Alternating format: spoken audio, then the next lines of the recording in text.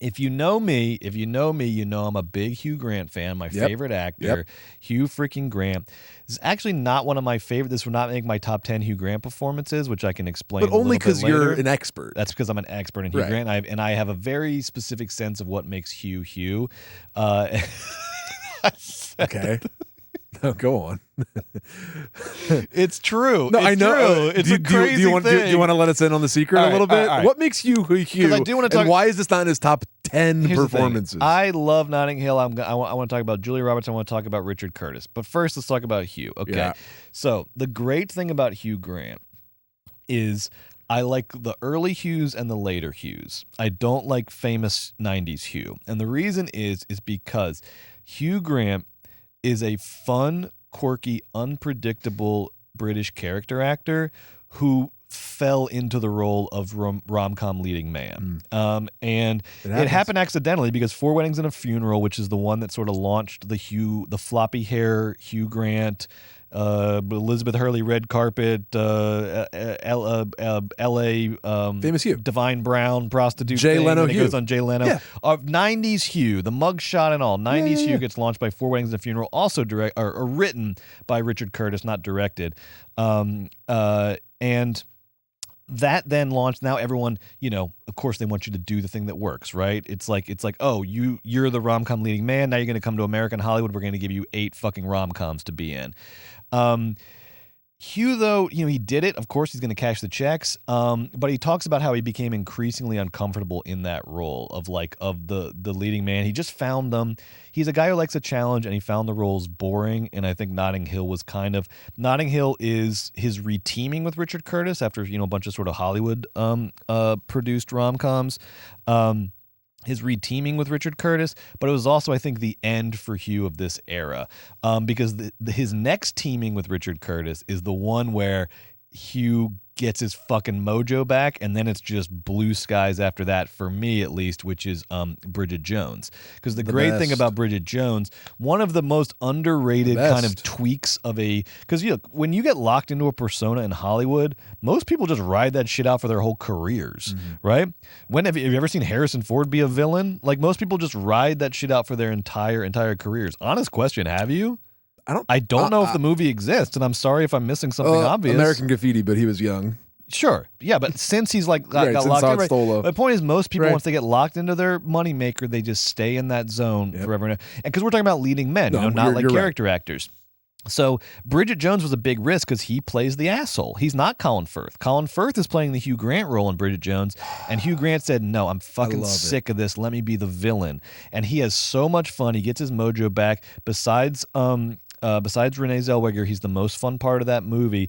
And then from then on out, baby, it is the Hugh-assance all day long. We get such fun, wacky, crazy roles after that.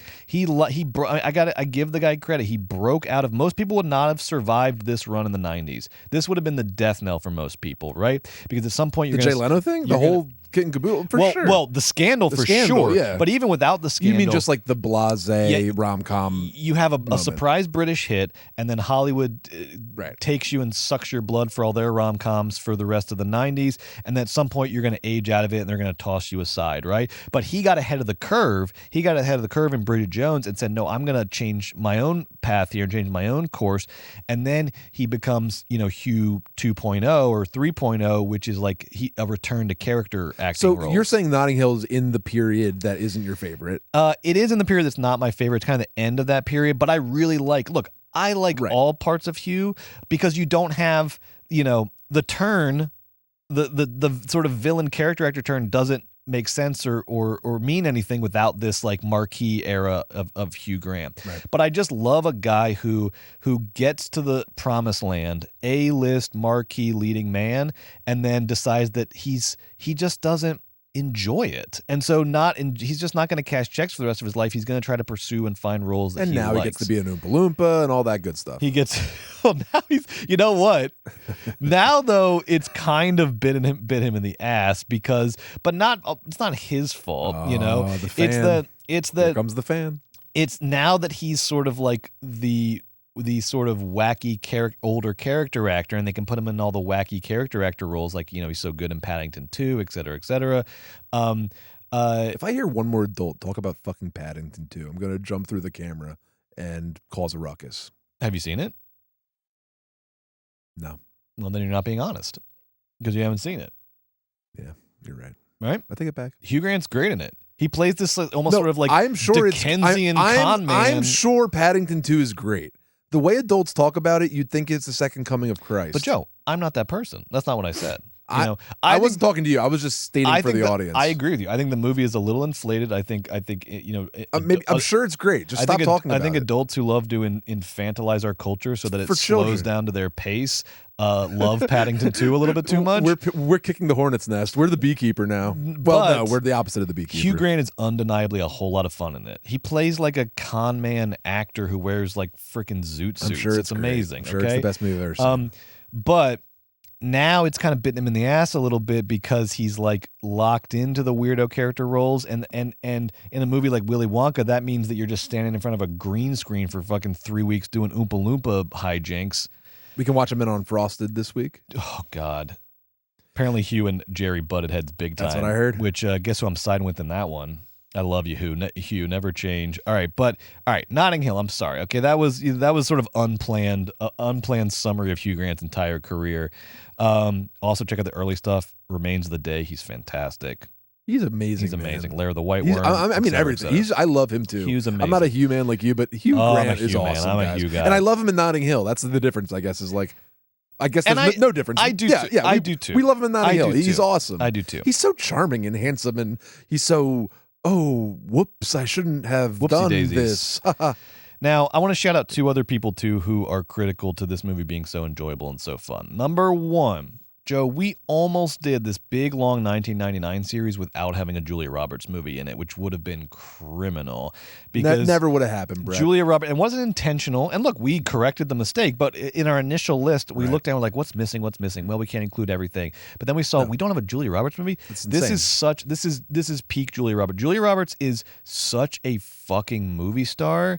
It became like a problem when you're trying to write characters for her. Because think about Notting Hill. They were like, well, I think we just have, she can't be like, just like working, she can't be a barista.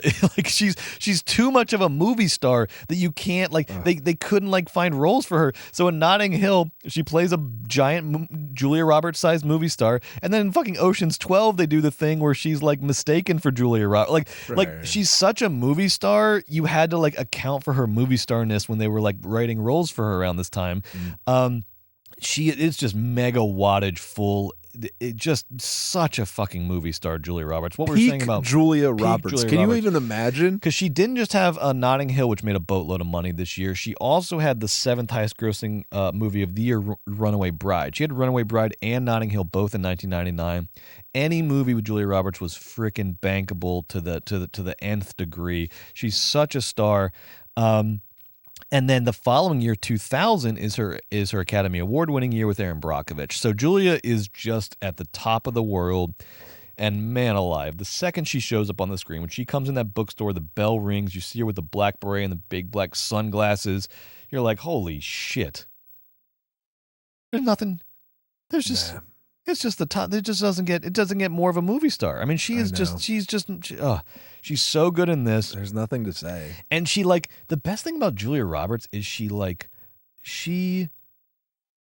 can kind of do no wrong as a performer because I think it can be said, she overacts. You see every little twitch of her face, every little tiny little thing. Like there's 100 things going on every time Julia Roberts is emoting in movies. But that just becomes part of the fucking delicious texture of the movie, is that there's so much movie. She gives you so much performance. And it is just so, you just revel in it. You fucking revel in it. It's the best. The other guy I want to shout out is the rom-com fucking Michelangelo, the guy who understands the genre better than anybody. Get in line, Rob Reiner. Get in line, Nora Ephron. Rob Reiner. Get in line. Well, when Harry Met Sally. I'm just thinking like you're. Get in line. Something's got to give. Get in line, Nancy Myers. Yeah. Richard line. fucking Curtis Oop. understands the genre of the rom-com better than anyone who has ever worked in romantic comedies. This is a man I have tried to break down, because what are we talking about? We're talking about Four Weddings and a Funeral, Love Actually, Notting Hill, About Time, which is fantastic and underrated. We're talking about, he wrote the script for Yesterday, that movie about all the Beatles songs disappearing, and I will defend it until my dying freaking day. I have such fun every time I watch that movie. Don't tell me otherwise. This guy, and of course, Bridget Jones, he wrote as well. And most of these he's just writing, not directing, including Notting Hill. But I tell you what, you know when you're watching a Richard Curtis movie, and I tried to break down what the special sauce was. How does this guy nail this genre so perfectly? This is a man that never has a concept of the cultural moment, but he does have an ability to write the most heartbreakingly beautiful romantic comedy dialogue you ever heard. I think his essential philosophy of film, if I can break it down, is that scenes are gags. Every scene needs sort of a gag to work around.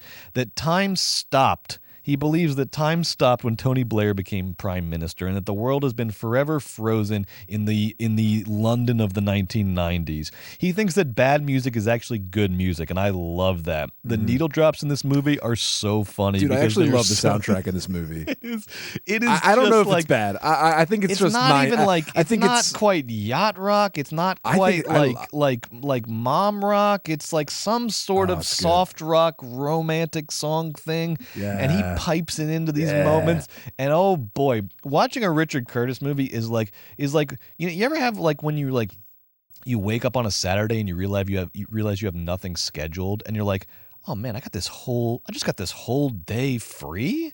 That's the way it feels at the beginning of a Richard Curtis movie. Suddenly the music's coming in, and Hugh Grant with his floppy shirt and his floppy hair is walking across Notting Hill Market, and he's going to his travel bookshop, which he owns, and suddenly everything is fucking right with the world. And of course it's not, but that's what the movies are for. Remember the movies? Richard Curtis transports you to this absolutely just fucking lovely romantic comedy universe where circles of friends that don't exist in real life exist. Circles of friends that just have such fucking whip-smart chemistry, and they're all kind of slightly fatalistic ne'er-do-wells, and they all make fun of each other, and they all trip over their words, and they're all going through life struggles, but they're so, like, good to each other at fundamental levels, and they know each other so well, and they're supportive, and they all work together to get the main character laid by the end of the movie, but he comes by it honestly, and he earns it.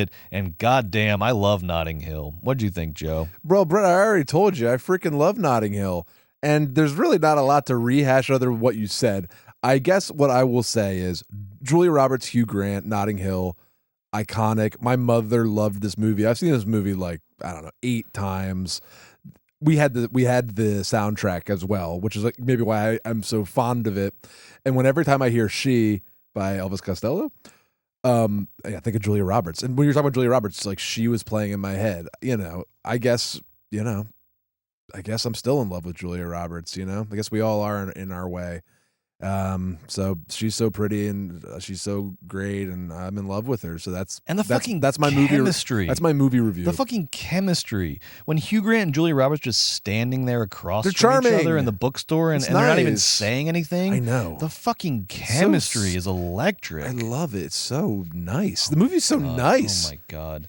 We don't. They used to just crank out rom-coms. They're not all classics like Notting Hill, but they used to just crank them out. Now they're like a special event. Like you tell your friends, like, do you know rom-coms out? It's like when the Jennifer Lawrence R-rated comedy came out. Everyone's like, they made an R-rated sex comedy. They used to crank them out. Notting Hill. Like, what happened to this? Is it because we don't have Julia Roberts and Hugh Grant anymore, and Glenn Powell and Sydney Sweeney's not going to cut it? Like, or is it because they don't make mid-level? They don't make mid-movies anymore. I get it's much like the death of the middle class. The death of the mid-tier movie is an absolute disgrace, because this is where it's like the cinema of like attainable pleasure. It's like you're watching just like a slightly better version of reality, or a slightly more sort of everything works out version of reality. It's a story. It's a movie. And we can this is the kind of movie that they like like, and the funny thing is, with all the crazy shit going on in the world, it's like, isn't it like these time periods in history when we get movies like Notting Hill? I could fucking use a Notting Hill right now, I know, Hollywood. but luckily we watched it this week. This movie would have done so gangbusters during the Depression. People would have piled in and said, "Oh, thank God, fucking Notting Hill! I can sit here and relax and watch Hugh Grant and Julia Roberts, go back and forth and have this great chemistry for 2 hours." So nice.